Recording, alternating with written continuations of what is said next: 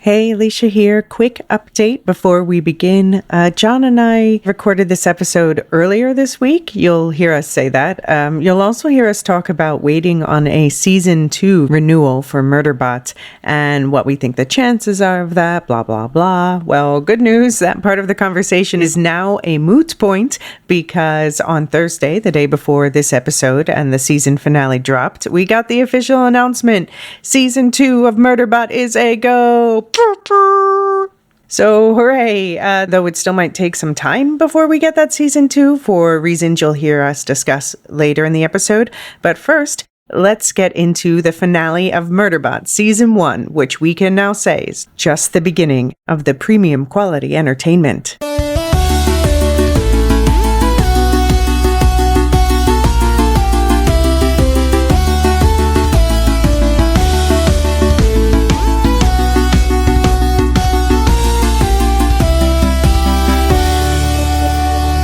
Welcome to the Lorehounds, your guides to Riot Bot meltdowns. I'm John, or at least I was before that memory wipe. And I'm Elysia, here to kick some sec unit techs and help Murderbot check the perimeter. The finale of Apple TV Plus's Murderbot season 1. Season 1, because I demand more. Well, let's see if it qualifies for best miniseries next year.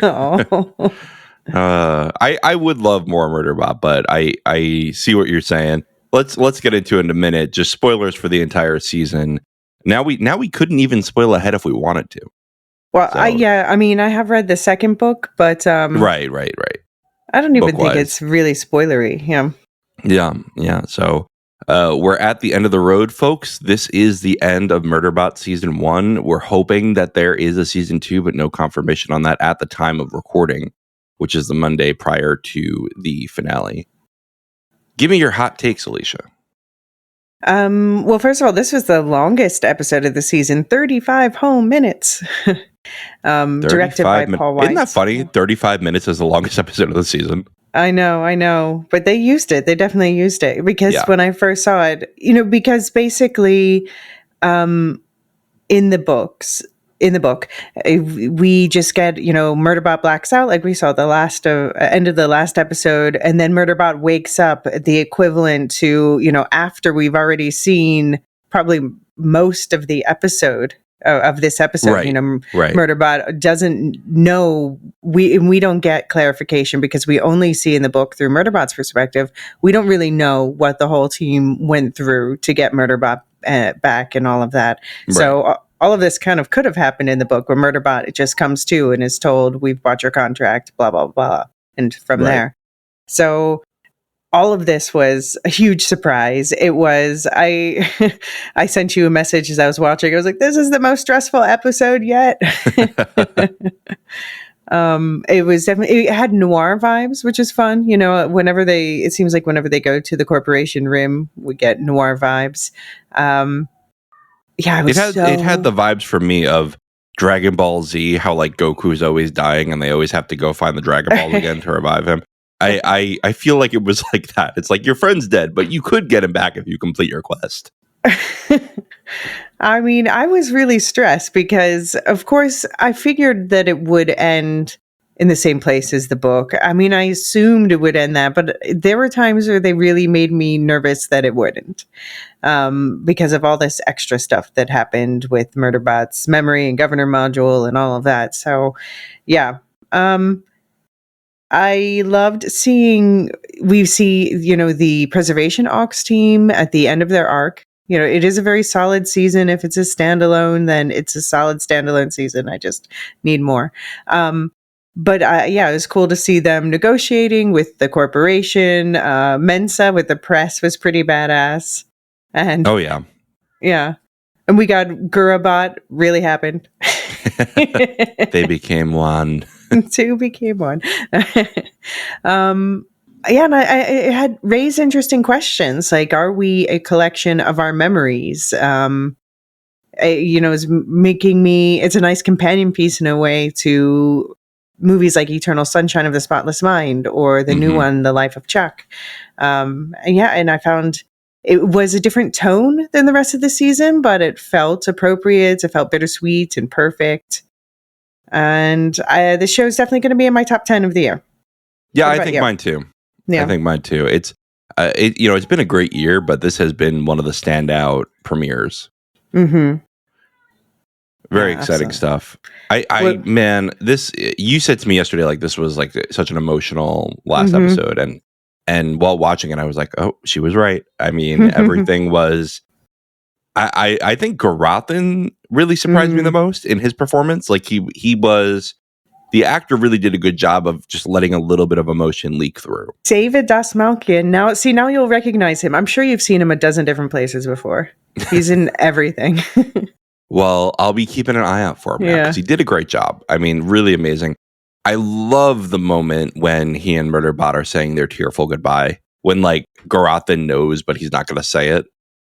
Mm-hmm. Yeah. You have to check the perimeter. Perimeter. Oh, man. Okay. Yeah. And just, I think the writing was really smart in this season in like the plotting. You know, before we had that whole Garathan was an addict, and we didn't know if that was just color for the character, but it paid off.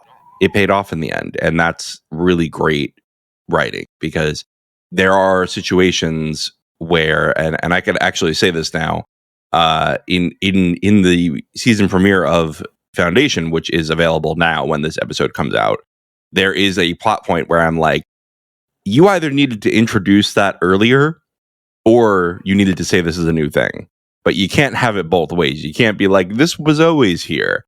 And if they had just had Garathan suddenly have this past in this episode, I think that would have felt really hand-wavy. Right. But instead, we had that background with we can talk about this, and I thought they just did a really smart development of Garathan and the other characters throughout the season. Yes. Yeah, and I liked all the callbacks this episode too. Like that we can talk about this, and yeah, they just brought a lot of disparate threads together. So that's when, this shows they really plan this out as an entire story. Right. And just, I thought they really nailed this tricky point from the books, which is Preservation Ox is supposed to be the good guys, right? But at the same time, they still don't treat constructs as fully equal. And that is a point of dissonance for Murderbot, because Murderbot clocks that right away. And that's part of why Murderbot goes away. And they don't linger on that in the show. I mean, the word guardian basically is all you get. But I really like that they nailed that balance of, like, almost like the golden cage, right? Like the cage of paternalism. That they show to these constructs, right? I'll be your guardian. You could work with me. This is, and Murderbot says in the end, like, I don't want anyone to tell me what my place is. And that's I think a beautiful moment. And that's why I thought this episode was a perfect, I thought it was a perfect finale. I can't point to one bad thing in it. Yeah, no, it was perfectly balanced. And also to your guardian point, that just reminds me of Mensa. They didn't go as into it as directly about, but there's that point when Mensa is having the press conference, and she says, and oh my gosh, the media, of course, being so obnoxious. And the one woman says, is it true that on your planet, sex bots can marry humans? And she's like, no, can we stick to the point? And the point is, that the press is being annoying. But I also did clock that, of course, we don't give sex bots full rights, And that's, there's that book cast. I can't remember the author right now, but refusal of intermarriage is like a tenet of a caste system. And so that's really interesting to me. I didn't clock that as being part of that, but that makes total sense. So good work. You got to the bottom of it. All right. Well, should we get into the whole thing before I just talk about things I liked for the next hour? Yeah. All right. The plot. What do you have for me first? All right, so let's talk about erasing the evidence. After last episode's catastrophic failure, Murderbot wakes up in a tech bay back in Port Free Commerce just in time for 2 especially shitty techs to remove its memories and restore its governor module. It is deemed ready to be sent back to work. But while caught in a riot, it begins to flash back to those mysterious memories of murderous mayhem from some previous job that seem burned into its circuits through every memory wipe. Murderbot is deemed fully dysfunctional and sent to be melted. So, yeah, my blood was boiling with those texts at the beginning. Yeah, I mean, it tracked though, right? Like this is clearly, these are treated as objects. Yeah. But you know what was pointed out to me is that, like we saw before, that the techs are indentured servants, and most of Murderbot's clients have been indentured servants, just like the people who were protesting at the end, you know, who the group that ended up also attacking Murderbot. So they just see it as part of the system that's oppressing them. I also think there is a level of, this is something that Howard Zinn writes about in the People's History of the United States, is how when it seemed like white indentured servants and black slaves in colonial America were starting to like figure out that maybe the same forces were against them and like keeping them down, they gave the white indentured servants just a little bit more in rights to make them see the black slaves as not the same class as them. Right. And that helped keep racial divisions, and that's a lot of, you know, the history of racism in America. Right. And so people. Yeah, I was just gonna say, call back to our discussion in Sinners about the Irish and blacks. But anyway, yes, go ahead. I still got to watch Sinners. I'm excited to hear your podcast afterward. But anyway, I think it's really interesting to see how, you know, these indentured servants, their one way of proving to themselves that they are not as low class as these bots is that they can tell them to cry like a baby, right? And this show did such an amazing job of sort of mixing the comedy with the horror, right? Like it's horrific that Murderbot is being forced to do these silly things that obviously Murderbot would hate to be doing. And at the same time, Alexander Skarsgård pretending to be a baby is hilarious. You know what I mean? Like, yeah. And that's what this show does well, is this like this dissonance and this tonal dissonance. Yeah. Yeah. And just another compliment to Alexander Skarsgård, not that we haven't given him enough, but just also the stoicism, the emotional stoicism that we see in this episode in certain moments, like when Murderbot's laying there, memory being wiped, or later when Murderbot comes to and is like, I don't understand what's going on, and just the tears in the actor's eyes. Just what a performance. And then that at the, you know, juxtaposed with what you're talking about, like these over the top comedic crying, or, you know, yeah, just it just running the gamut of absolutely stunning performance, really bringing this character to life. Right. Not even being called Seki could wake Murderbot up. Oh. A question. Did you also rub your tummy and pat your head when they told Murderbot to do it, just to make sure you still could? No, I did not. Did you? Yes. Why? You don't have a governor module. Just to make sure. No, not to be commanded, but just like to make sure that the brain still can do that. But then okay. I noticed it's really hard to get started, actually. But I noticed when Murderbot did it did first belly, then head. And that's how you have to do it. You can't start at the same time. Well, did you do the crying baby thing too? No, I did not. I'm pretty sure I can do that. Your cat would have been staring at you like, huh? Yeah. What's happening?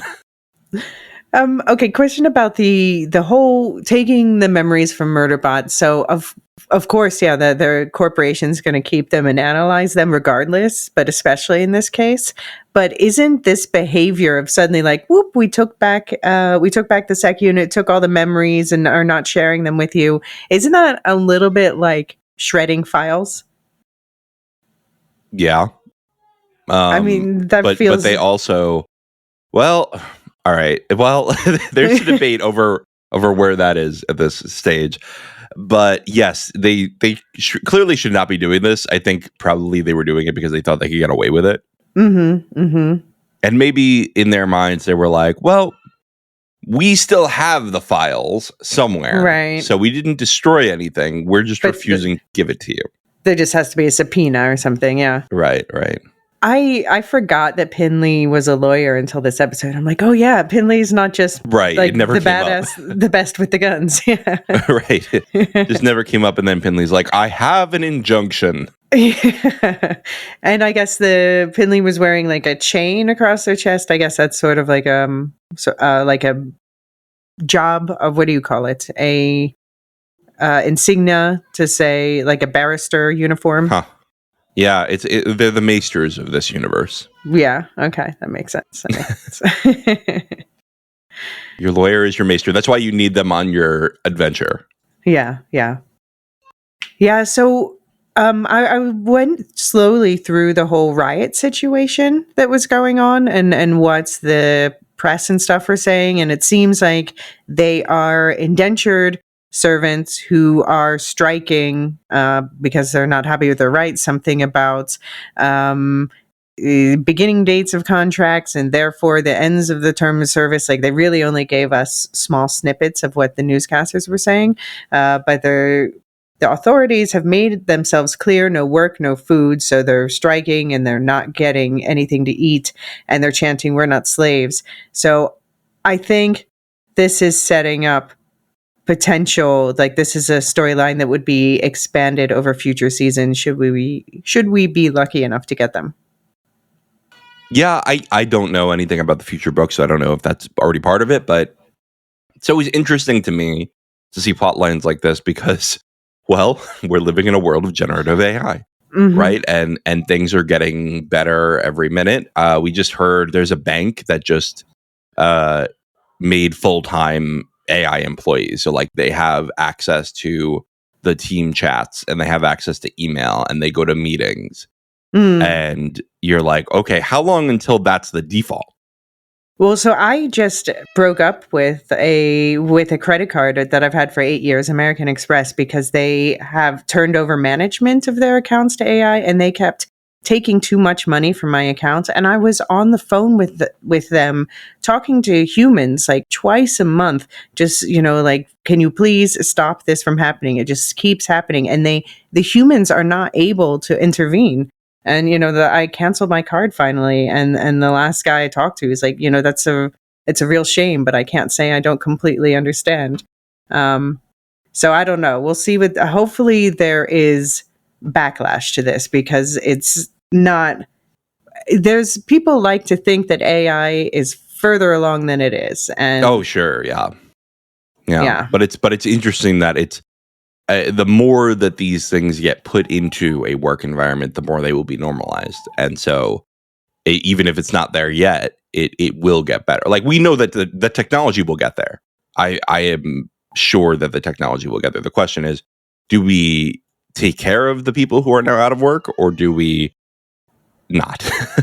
And in our current state, I think perhaps not. Well, I mean, I think what's happening is kind of what we see with these indentured people. We're now, like, people are like, oh, well, there's still work for translators and copywriters and stuff. It's just, we will only pay you pennies where we used to pay you dollars. Right. And I think that's what's happening with this indentured crew, is they're just, they're still using them to do the work. They're just not paying them properly. What could go wrong with work requirements for benefits? What could go wrong with that? I mean, it's not like that's been tried and proven ineffective.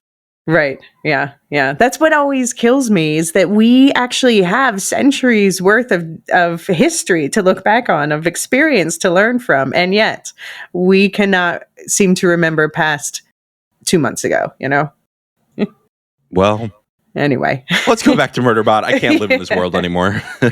Yeah.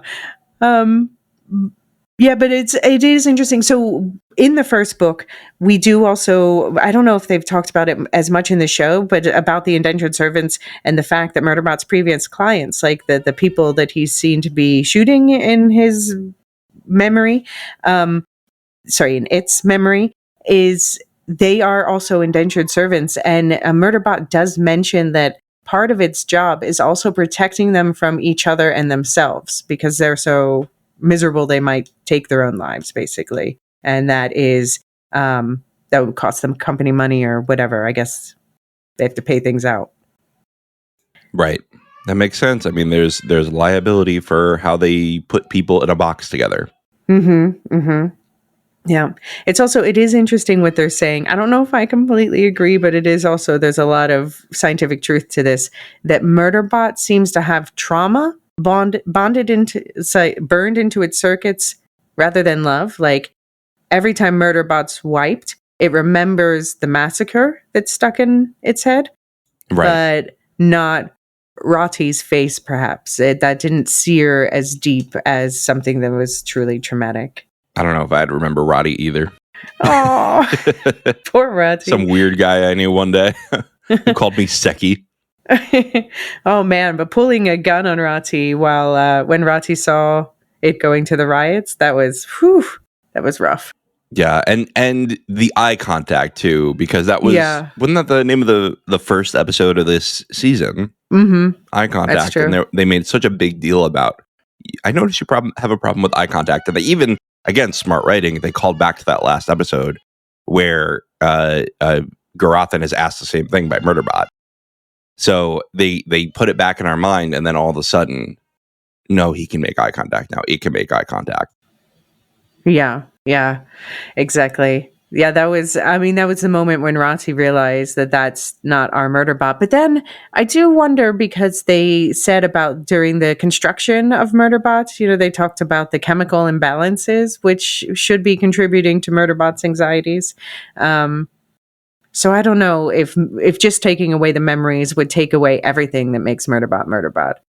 But, yeah, I mean, I will say, like, a lot of neurodivergence does result from trauma, though, right? Does result from your experience. So I could see removing those memories, healing parts of the anxiety.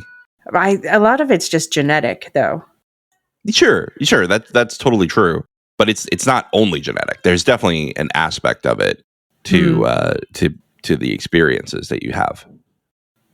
Yeah, I mean, I suppose in the way that it expresses itself, but there is definite, like they can, we saw in the rehearsal, they were talking about that they made it sound a bit more foolproof in the rehearsal than it is in real life, but you can scan the brain and see whether someone is more likely to be autistic or have ADHD or things like that based on brain scans alone. And you can ignore that voicemail and perform the miracle over the Mojave. Yeah, I mean, they made it sound a bit, but there is genuine progress in that regard in terms of seeing physical differences. Yeah. I'm sure that there is an aspect to it. I'm sure it'll get more advanced and perhaps be more foolproof. But right now, I wouldn't go trusting it completely. Mm-hmm. By the way, something with the show we haven't talked about that's more lighthearted is that they have their own writing system that we see, especially, well, I guess we saw it at the Habitat too, but it's kind of like Arabesh in that it is, it translates like letter for letter from our writing system. So if you recognize it, and there are people on Reddit and such who have transcribed it, if you can learn to read it same way people read Arabesh, which is the Star Wars language, by the way. That's interesting. Yeah, this looks a lot like Hebrew, actually. I recognize some letters from when I tried to learn some Hebrew. Okay. So that's it might interesting. Huh. Interesting. Yeah, I was thinking it had also something in common with like simplified kanji from East Asia or something like that. So I'm sure there's definitely some Japanese influence on here too. I'm sure the idea is similar to Dune, where it's like all of these cultures distill together and create this unified thing in the space future. I always think of The Office when Dwight goes, "I have it on good authority that in 10 years we'll all be speaking German or some kind of Mandarin German hybrid." Okay. In another world. He's just obsessed with being German. That was the whole joke with that. Yeah. But yeah. Great arc here. A nice summary. What do we have next? The legal battle begins. Meanwhile, the Preservation Ox team fights to get their Murderbot and its memories back from the company. They dance around each other in conference rooms and the press, with Mensa threatening to leak information and the company threatening to void the agreement due to them failing to report their sec unit not having a functioning governor module. Yeah, I'm glad they included all of this, all the maneuvering behind the scene, the human side of making this happen, and the talk between them. It's not your sec unit; it's our sec unit. You will address me as Madam President. It's like she's like, try me, go ahead. You know that Garathan was fighting there. He heard that and he went, I gotta cool down a little bit. Yeah. He's getting the vapors. I really enjoyed this. I have a question about the governor module. So Murderbot gets his memories in eventually, but still has the governor module. Are we to understand that just Murderbot got the memories back and was like, I know how to hack a governor module, and just immediately did it? I think that they, part of the negotiations was that the governor module had to be disabled or something. Although I guess Murderbot could hack the governor module regardless. But yeah, it seems like the governor module was already disabled before they brought Murderbot back. I wouldn't want a disabled one without someone that I trusted. Somebody with guns in its arms. Would you get guns in your arms? I wonder if augmented humans ever get that. Although I guess you would have to hollow out the rest of your arms. Yeah, sounds really unpleasant. It would have to be an entire prosthetic arm, robotic arm. Right. Yeah. Doesn't sound fun. Okay, if you lost an arm, would you get a prosthetic gun arm?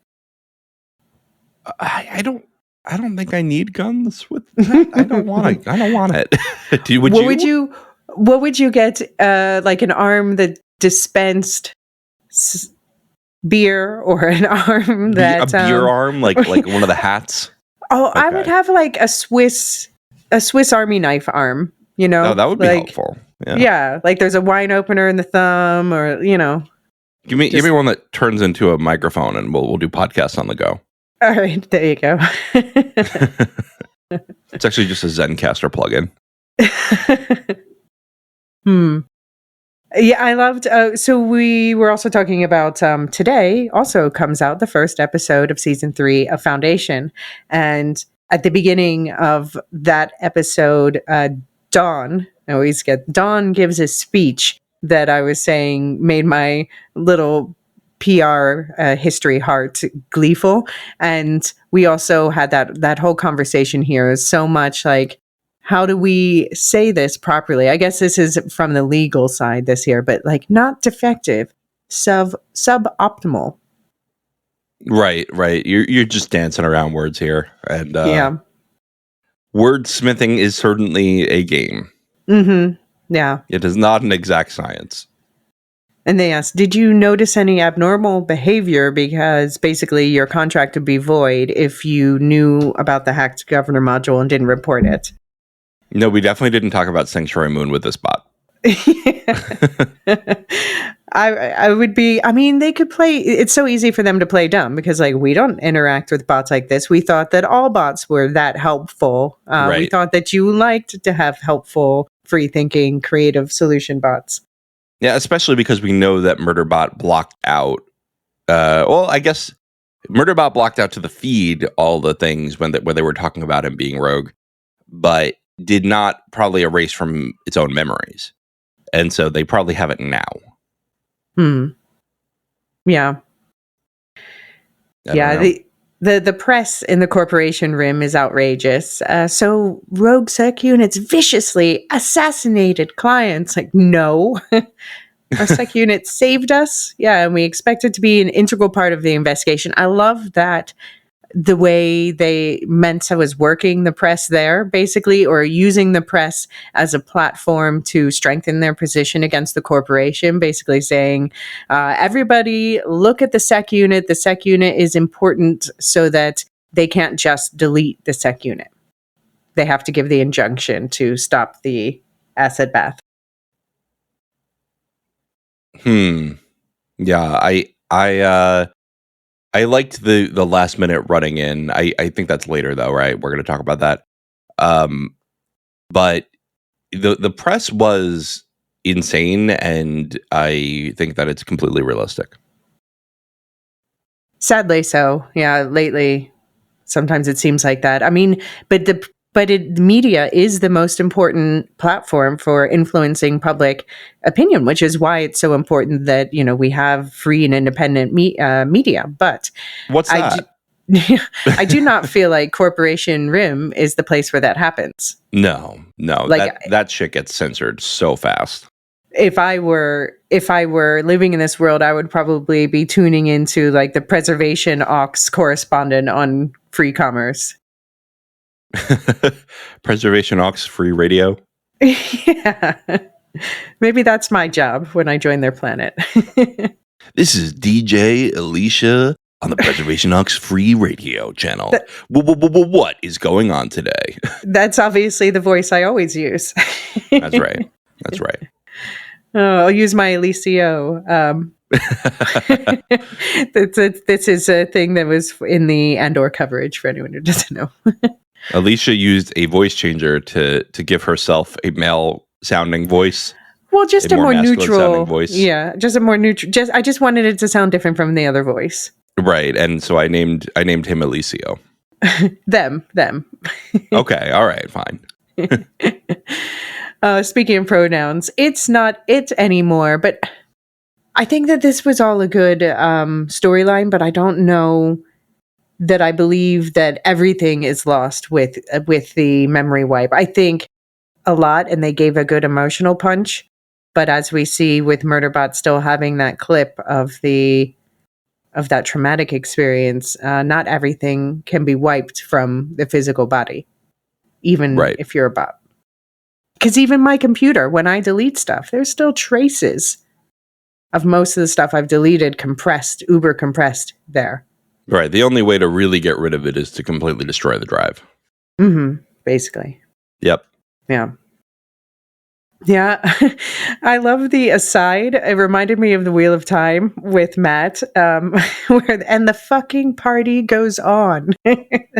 Shut up.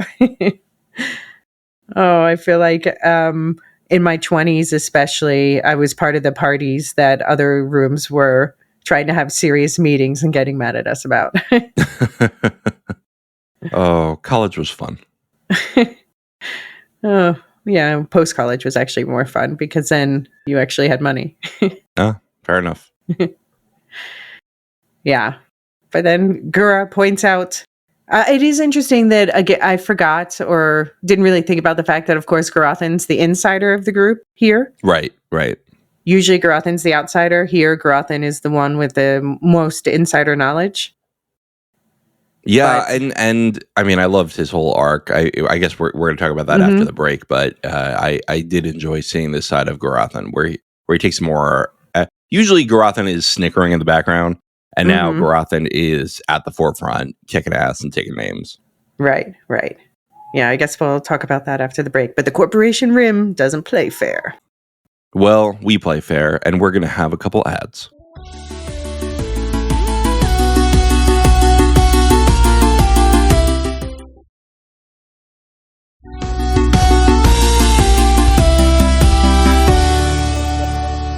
We're back. Give me the data dump, Elysia. Garothan says that they will buy the sec unit back, and they get an injunction to prevent its destruction. Meanwhile, Garothan pressures a former dealer into helping him access Murderbot's uploaded memories, and Garothan downloads them all into his own head to sneak them out and upload them back into Murderbot's head.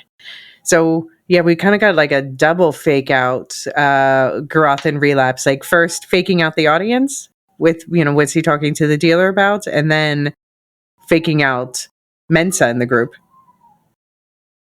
Yeah, it was funny. Like, is data still expensive? Like, data storage still expensive in this era? I feel like it's getting smaller now and cheaper now. Like, why can't he Right. just get an external hard drive and put it on that? Why Yeah, does he have to put I it in was his own wondering that head? too. I was wondering too, because presumably Murderbot can store a lot more data than a human brain can. Right. So, yeah. There was a couple dramatic moments in this part. Also, you mentioned before the dramatic about to be dipped in acid moment was very James Bond, when Pinley literally runs in to save the day with the court injunction. Yeah, yeah. And the sanctuary moon being the key to finding Murderbot was hilarious. Yeah. And I love later. I'm missing episodes 420 through 568 of Sanctuary Moon. Yeah, and that's how they all knew their Murderbot was back. Right. Right. Yeah. Looks off to the side and says, I'm missing my stories. Yeah, but David Dastmalchian did I hope I'm saying his last name correctly. I've only seen it written down. But he did a really good job also with a full range of acting in this episode.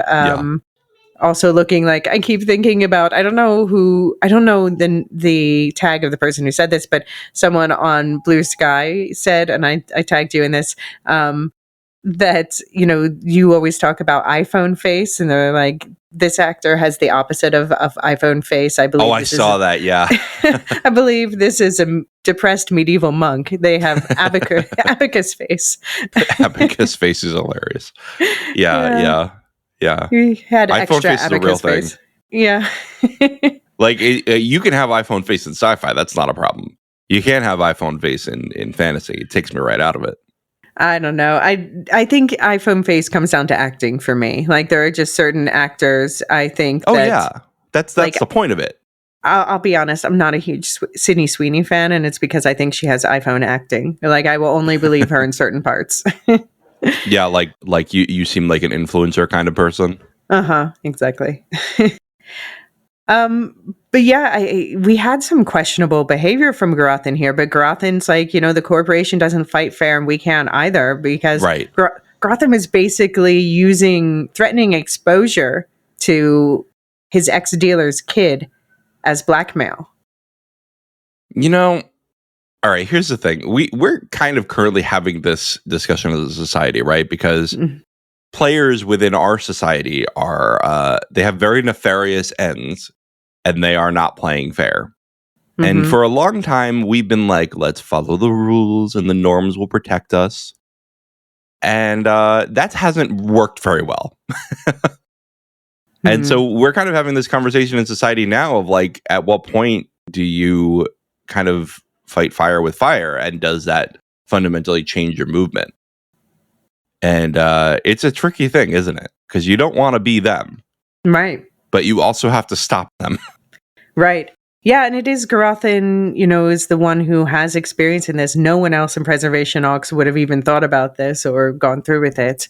But it worked. It worked. Right. And of course, it's hard to feel really bad for the dealer who's like, don't blame your addiction on me. And Garothan's like, you knew what you were doing. And also the dealer's clearly prejudiced, like, oh, I thought you were on some bumfuck planet. Right. Well, I was, and it's actually nice there. Thank you very much. I really like when he goes, oh, well, I thought you could handle it. And he goes, oh, you thought I could handle the drugs that were exquisitely designed for addiction?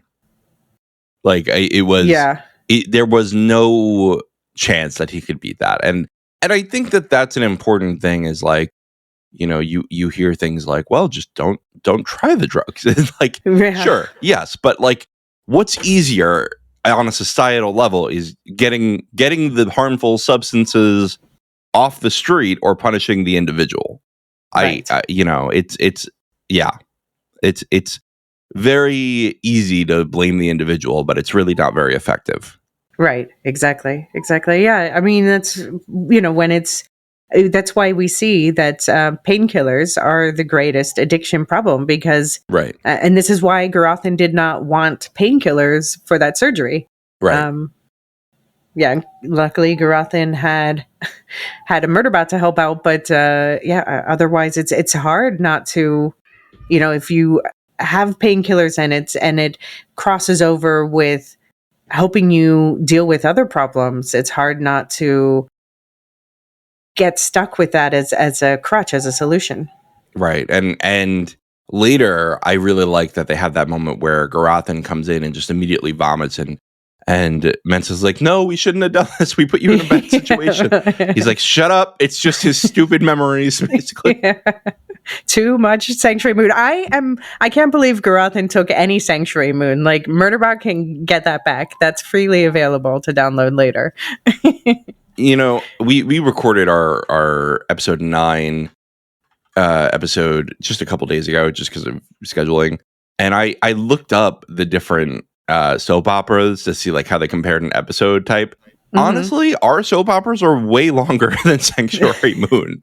Okay. Like, I didn't realize this. There are over 10,000 episodes, almost 11,000 episodes of All My Children.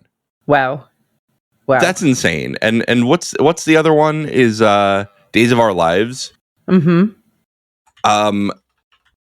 I think there's more of that. Let's say there's 60 seasons, first of all.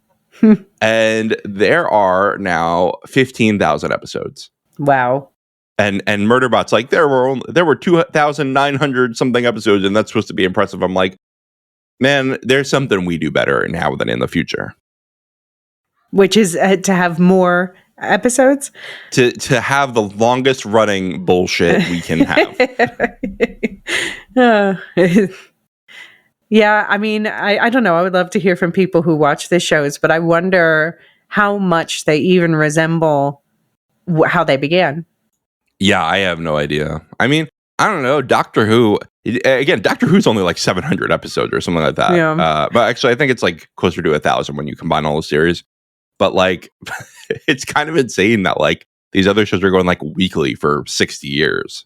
And now we're never going to find out unless we get a new season what happens with Flight Officer Sklanch or whatever Jack McBrayer's character was. Oh, we got to find out. Did he escape the wormhole? They were stuck in the wormhole. I don't think that the Navbot was going to kill him. But anyway. Who knows? Well, now we need... All right, if they cancel Murderbot, we got to get Sanctuary Moon greenlit. Come on. Yeah. Mm-hmm. Mm-hmm. Yeah, I mean, I would rather more Murderbot. Someone was asking, which, if you had to choose one, which would you go for? And like, I want Murderbot.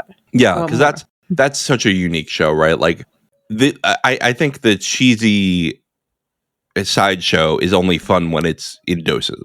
Right. Yeah, like we could have 5-minute webisodes or something.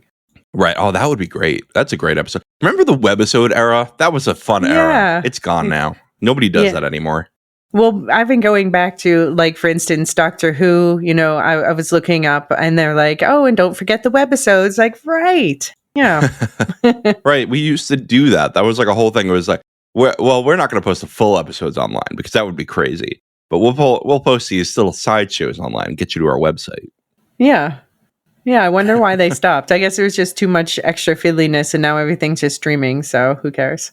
Doctor Who at least still has some shorts, like for charity. Like they had the one with David Tennant and the Dalek, right? A couple years ago. But they're not technically canon, right?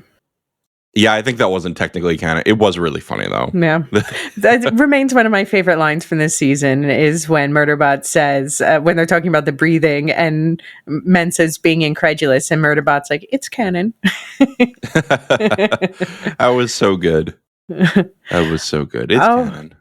But I felt for Murderbots in this whole situation, like, may I still have my armor? You won't need it. People won't be shooting at you. And they're all like, silly Murderbot, everything's going to be better now. You don't have to be a security bot. And Murderbot's like, but I am Sec Unit without Sec. I'm just Unit. Oh, so sad. Yeah. So I mean, Murderbot's having an identity crisis. I get it. Right. But it seems like Murderbot made a new friend with this ship. Well, yeah, we'll see. And I liked the callback also. We can talk about all this when you get back. We can talk about this. Like, yeah, Murderbot's getting it. It's like, no, Murderbot's having trauma. Trauma. Yeah. And you know what's interesting, though? He says, we can talk about this. It says we can talk about this. And they're all like, yeah, but they don't invite Murderbot to... talk about this. It. Right. They're not like, okay, what do you want to talk about? That and the same thing when they're all toasting Murderbot. Murderbot doesn't have a glass, and like I know Murderbot can't eat or drink, but like the ritual is part of it too. Yeah. Or could there be an equivalent, right? All this, they're celebrating, and Murderbot's got the empty placemat. Right. Yeah. They're not thinking about the ways that Murderbot is still different. They're like just seeing what's similar, what's the same. Right. Although we did also get that call back from Rati, speech. No, I'm kidding. Of course, I'm kidding. Which, of course, Murderbot said Murderbot would rather have an acid bath than give a speech. And like, well, you almost got that acid bath. Right. Ooh, that was spooky. With I almost thought that was Murderbot at first getting the acid bath, and that they were gonna like rebuild Murderbot and then put the memories in it. Mm-hmm. But I'm glad that it wasn't. I'm glad that it's still the same like bio tissue. Although, how much bio tissue is the same as when Murderbot was born or created? Because it's a ship of Theseus. It's constantly. Oh yeah, I see what you're saying. Yeah, like how much of that tissue had been replaced at this point? I mean, same for humans, right? That's true. Well, let's close out the episode. Checking the perimeter. When Murderbot comes to, the team informs it they have bought its freedom. It is no longer listed as inventory. And they intend to bring it home with them to Preservation Alliance, where Mensa will be its guardian until it figures out its new purpose. Murderbot lingers and tries to be a part of the team, although it doesn't eat and can't toast like the rest of them. But in the end, it wants a chance to determine its own destiny. Being a security unit is all it's ever known, and it still has questions about itself to sort through. So Murderbot slips out in the middle of the night, and looking to any onlookers like an augmented human, it slips through the crowds and boards a bot-driven transport ship to leave Port Free Commerce alone, heading toward a distant mining colony. Yeah. So I wonder, if we get a season 2, I hope they pick up with, Murderbot obviously doesn't care about the endless meetings and diplomacy, but like I wanted to hear what does Grey Chris's parent company possibly have to say about this? Right. Oh, so sorry. Oops. Well, not sorry, because that would be an admission of liability, but I feel for you. Right. That was a division that we did not have direct oversight over, and yeah. Yep. We actually just sold those assets. Yeah. Yeah. But I think, for me, we'll talk about the Mensa goodbye in a minute, or the lack thereof. But for me, the Garothan goodbye was a surprising high, because we got like Garothan did the whole thing to get Murderbot's memories back, and then said like, I just did it to mess with the company. But then shed real tears. Like, Dr. Garothan, I need to check the perimeter. Like, you need to check the perimeter. Okay. Oh. Yeah. That was a really good, heartwarming moment. Like, between two people who are really unemotional outwardly. Mm-hmm. They did a great job pulling at my heartstrings from that whole thing. And I think that is the strength of the show, is that it uses unemotional characters to tell an emotional story. Kind of like what we were talking about with Wes Anderson, right? Mm-hmm. These like very flat affects telling a very emotional story. I think it's a similar vibe here. Yeah. Yeah, no, I agree. And I think just to show that there's different, because we get the full range of emotional outbursts and stuff from the rest of the team. Right. And it's just everyone is different, but it doesn't mean Murderbot isn't feeling things. And that's why I was so impressed with Skarsgård's performance. Yeah. Yeah. Also, I think that they did only a moderate amount of CGI for this show, but I really like what they did with it. I liked the design of Port Free Commerce, that when we see it from the outside, it's like this almost organic, very alien looking structure. And then inside, they had that cool moment as Murderbot's leaving, where the ceiling it's a projection of a sunset, and then they start just fading it down so that you can see the stars through the ceiling as it's becoming officially night. Yeah. I think you're right. They were really judicious on their whole CGI spending, and that's important because this is a world where CGI one is expensive and two takes forever, and it is resulting in a lot of show delays. And if they can just say like, "Hey, work on these few things," I'm sure that helps that timeline. Yeah. Yeah, I mean, I have to say the Whiteses did not give me hope for an immediate continuation. They said they're a ways away from getting to do it, which says to me that Apple has not greenlit it, and they do not know if Apple will greenlit it.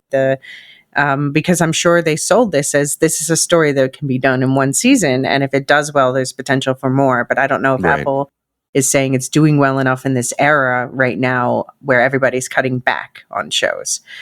I unfortunately don't see a lot of chatter about it. Yeah. I mean, I saw more at the beginning, and I'm hoping that there will be people who are binging it. I know a lot of people are waiting to binge it, especially because there's a lot of talk about like this is a show that should be binged because of the short episodes and the cliffhangers. But yeah, and the Whites has also said that, you know, if they are greenlit, the first thing they're going to do is strategize with Martha Wells, because this whole thing about Murderbot going off on its own, I think they've talked about it in interviews. I don't think it's too much of a spoiler to say, yeah, Murderbot explores a little bit on its own, and that means meeting new characters. And so I was questioning. I said a few episodes ago that I would say at the end of the season what I was thinking, and I wonder how they're going to get the group back in there, because you don't want to lose the rest of the cast. And they basically said they would need to strategize with Martha Wells, but they envision combining books in order to do that, which makes sense to me. So I guess we're not getting it anytime soon. But I'm hoping that there's enough. You know, it's been consistently in Apple's top 10. It's not been in a number one, but number one has been for the past week Stick, which is a golf thing, which it just doesn't have an overlap in audience. I'll just say that. So hopefully that isn't a mark against Murderbot. Right. Yeah, but tell everyone to binge it. Yeah, for sure. Go binge it, everybody. Go binge it and show all your friends. Yeah. And if Murderbot will find you.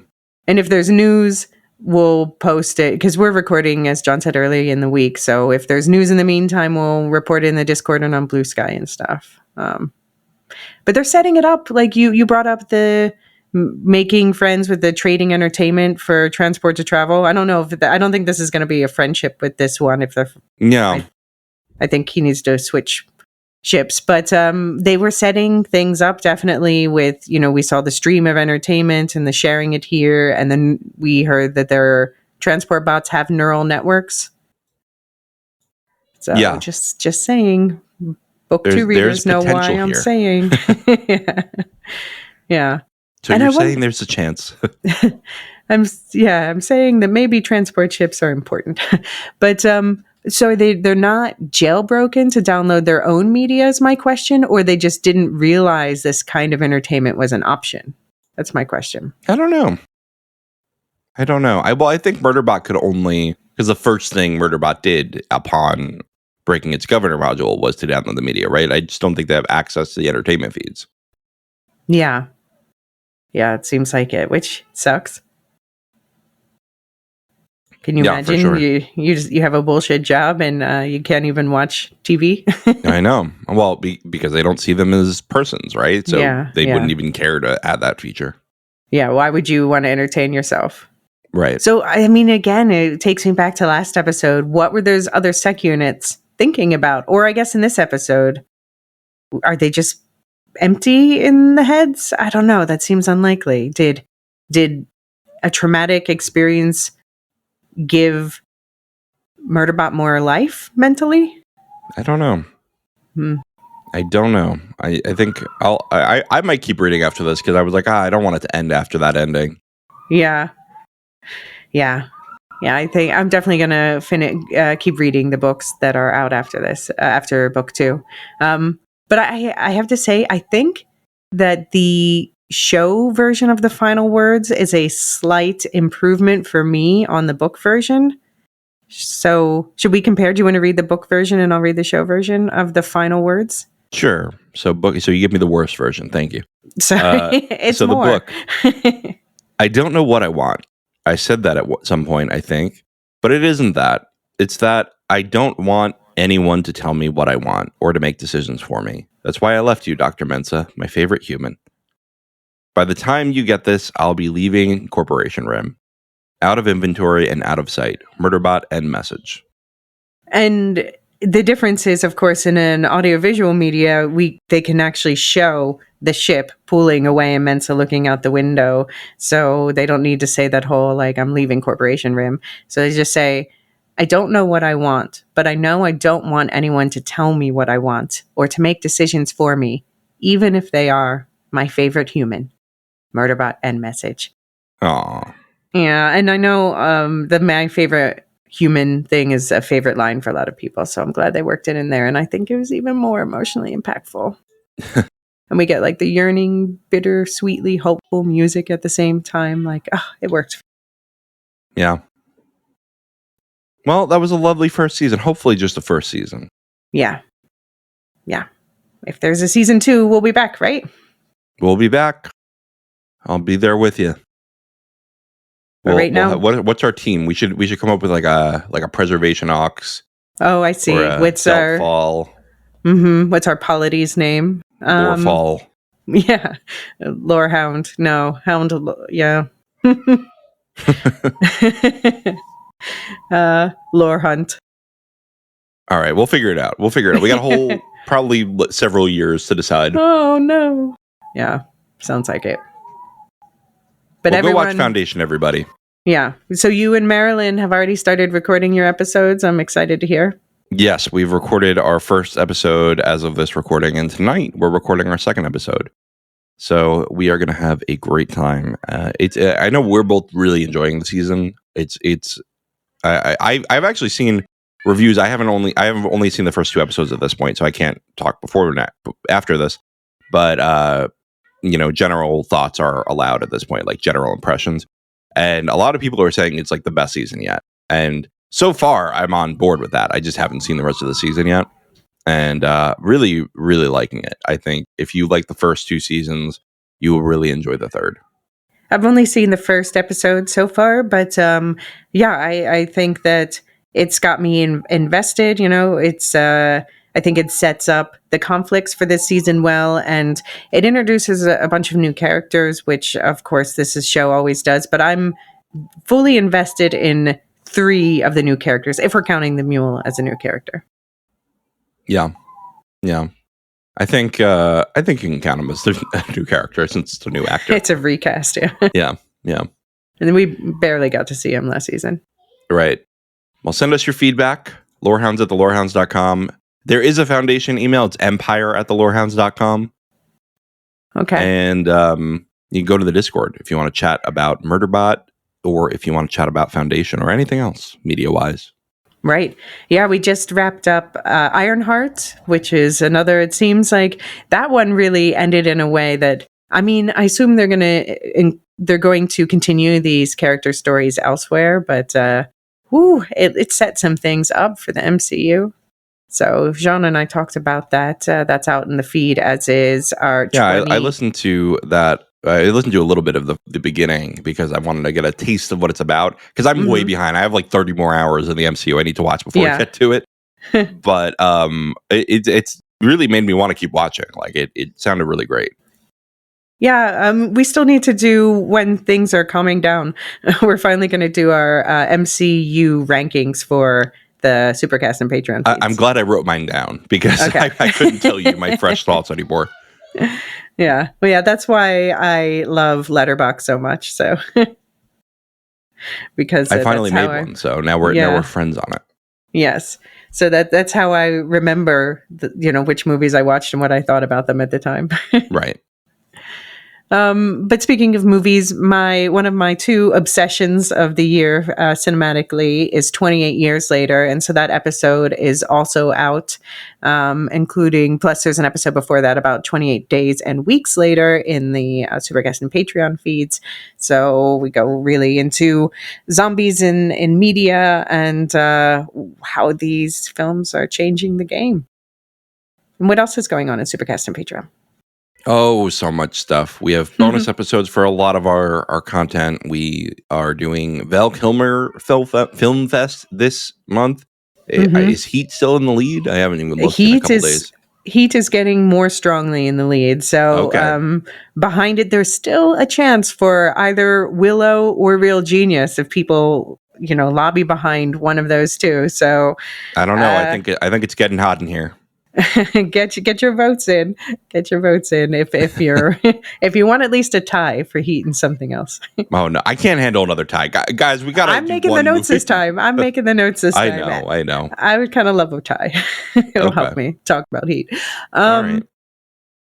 Yeah, and also I think we're gonna do an Emmy reaction coming up. The announcements coming out next week on the 15th. So sometime after that, we're gonna. That'll be fun.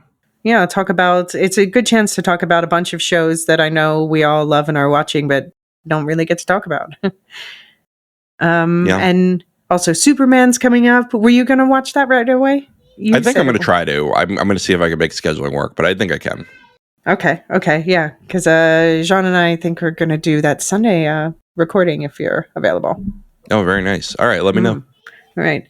And also the Fantastic Fours following shortly after that, First Steps, and Spaceballs coming soon? I think we're going to do Spaceballs this month, yeah. Awesome. Especially because now we have Spaceballs, the sequel. I'm so curious what it's going to be called in the end. Because in the first movie, there's the joke, Spaceballs 2, The Search for More Money. Okay, yeah, exactly. I mean, well, did you see the announcement for Spaceballs 2, the humor in it, but it's basically calling themselves out for that. Yeah, exactly. Yeah, I saw that. I'm glad that Rick Moranis is back too. I wouldn't have watched it without him. No, he's such a key part of it. Yeah, exactly. You can't do it without getting these key characters. Those you can at least. Right. Obviously, you can't with John Candy, but yeah, so after Foundation, the next regular coverage, I know David wants to do something with Alien Earth. I don't want to speak for him on what his plans are with that. There's going to be weekly Peacemaker coverage and an Eyes of Wakanda one-shot. So stick around, Murderbot fans. It's lots more sci-fi coming your way. Very cool. I'm excited. I think we're going to have a fun second half of the year. We had a very busy first half of the year, and I think the second half of the year looks like it's going to be a little bit more chill, but still with a lot of good content. Yeah, exactly. Yeah, a bit more reasonable, because that was the thing, is like we lamented not being able to go deeper into our favorite shows because they were all at the same time. Right, exactly. I think it's going to be a lot of fun. Taking a leisurely stroll through Foundation with Marilyn has been a lot of fun, and that's awesome. I'm looking forward to doing that, and I'm sure you're going to have a lot of fun with Peacemaker. Yeah, absolutely. I'm really excited. I love the Peacemaker season 1 is my favorite thing in the DCEU, so I'm very excited to see. And this is going to answer a lot of questions about the shift from the DCEU to the DCU. So, well, very cool. Wait. Check out our affiliates. Never Mind the Music, Properly Howard, and We'll Shift Dust all have things going on. You've got Dune stuff going on, I know. I listened to part of it. Yeah. I'm going to finish that episode now that I'm a Dune guy. And Properly Howard, they are doing Bacon Rap, talking about all their fun stuff with Kevin Bacon. And Never Mind the Music, always doing Music and Psychology Weekly. It's a really great podcast, everyone. If you're not checking it out, go do it. Yeah. I mean, even if you think you're not necessarily interested in the song or whatever, it's just so interesting to hear how they draw these lines, these parallels between the way a song is composed and the psychology of it. And you learn a lot. For sure. And you could always catch up on Radioactive Ramblings with their Fallout lore, Studio Ghibli, all that kind of stuff, Rings and Rituals with their Rings of Power coverage, and the Star Wars Canon Timeline podcast says you have new stuff coming soon. Yes, new stuff coming soon. I'm just trying to get this firmly closed, Dune fully out and rolling, and then I'm turning my attention back to the High Republic. Cool. All right. Well, check the link tree in the show notes if you want links to all those podcasts. For now, give me the thank yous, Elysia. All right. Well, thank you, first of all, to our Discord server boosters, Aaron K., Tiller the Thriller, Dork of the Ninjas, Duve71, Athena Ajalea, Tina Listu, Nancy M., Ghost of Partition, and Radioactive Richard. And thank you to all of our subscribers, especially to our lore masters, the highest tiers, Martian, Michael G., Michelle E., Brian P., SC, Peter O.H., Adam S., Nancy M., Duve71, Brian8063, Frederick H., Sarah L., Gareth C., Matthew M., Sarah M., Andra B., Kwang Yu, Jedi Bob, Nathan T., Alex V., Sub-Zero, Aaron K., Dally V., Mothership 61, Gnarls, Kathy W., Listu, Jeffrey B., Elisa U., Neil F., Ben B., Scott F., Stephen N., Julia F., Carly S., Ilmariel /Tim, Paul K., Bobby C., Adrian, always last, but anyone who's enjoying this coverage, we would really love for you to recommend it to other people who you're also recommending Murderbot to, I hope. And thank you also for any kind reviews that you would like to leave us wherever you're listening. All right, everybody. End message. The Lorehounds podcast is produced and published by the Lorehounds. You can send questions and feedback and voicemails at thelorehounds.com/contact. Get early and ad-free access to all Lorehounds podcasts at patreon.com/thelorehounds. Any opinions stated are ours personally and do not reflect the opinion of or belong to any employers or other entities. Thanks for listening.